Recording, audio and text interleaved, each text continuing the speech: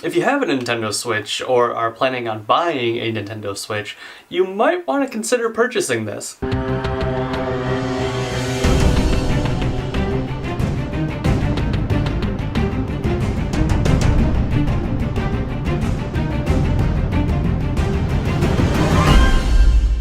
So, I can hear you saying, what's so special about this random controller? They already have the Pro Controller for the Switch, so why should I care about this at all? And you are right, random YouTube person, this is just another controller. It is officially licensed by Nintendo, but it is technically a third-party controller. It's created by a company called PowerA, and this is their wireless version of their controller. They also have a wired version, which I also have, and I'll probably do a video on later. But right now, we're taking a look at the wireless version. So what is this compared to the Pro Controller that Nintendo already has? There are slight differences that I actually like this better than the Pro Controller. I do not own a Pro Controller, but that's kind of one of the things that I like about this. This controller is $20 less than the Pro Controller. So this is $50. I picked it up at GameStop. I've also seen it in Target, and I'm sure they are in the regular retail stores that you would go to buy any other sort of gaming equipment. So that is one big thing that I already like about this controller. It was $20 less. $70 for a Pro Controller just wasn't quite there.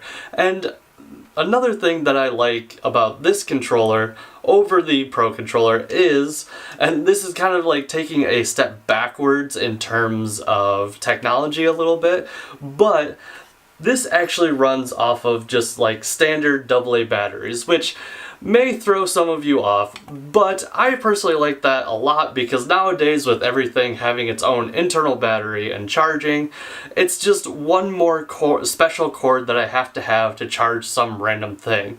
So the ability just to have this running off of AA batteries is actually quite convenient for me personally. And another advantage of this controller over the Pro Controller is that, you may have seen it when I flipped it around earlier, it actually has mappable buttons on the back. So that is just kind of the stuff that I think puts this controller over, like, say the Pro Controller or anything like that.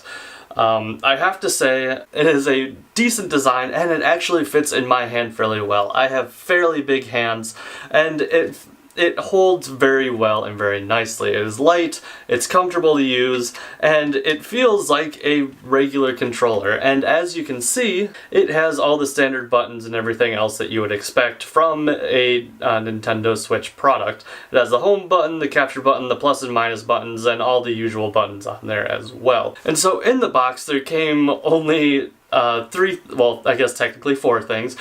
1, the controller itself. 2, the instruction books, which shows you how to map the buttons and all that stuff, how to connect it to your Switch, and the third thing was just a little reminder in the battery compartment that your Switch had to be updated to a certain version, which when I went to go try it out, that was not an issue. There was no issue connecting it. And then the fourth thing that I'm actually quite happy about, they actually included batteries for your controller, so you could just jump in right away and start playing.